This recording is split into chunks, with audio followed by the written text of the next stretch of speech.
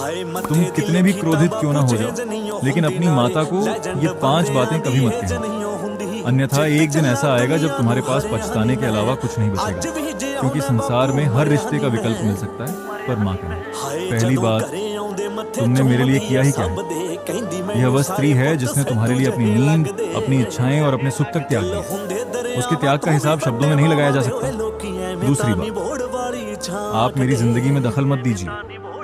याद रखो, माँ का हस्तक्षेप नियंत्रण नहीं, चिंता होती है। वो तुम्हें गिरते हुए नहीं देख सकती, इसलिए बार बार समझाती है। तीसरी बात, काश आप मेरी माँ न होती। ये एक ऐसा वाक्य है जो माँ के हृदय को भीतर तक तोड़ देता है।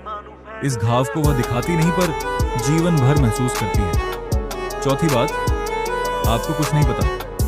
हो सकता है उसे आधुनिक दुनिया की हर बात न पता हो, लेकिन जीवन का अनुभव उन पुस्तकों से भी बड़ा होता है जिन्हें तुम ज्ञान समझते हो। और पांचवी बात, मुझे आपकी जरूरत नहीं है। जब तक माँ साथ होती है ये वाक्य आसान लगता है, लेकिन जिस दिन उसका साया सिर से उठ जाता है, उसी दिन समझ आता है कि सबसे बड़ी ताकत वही थी।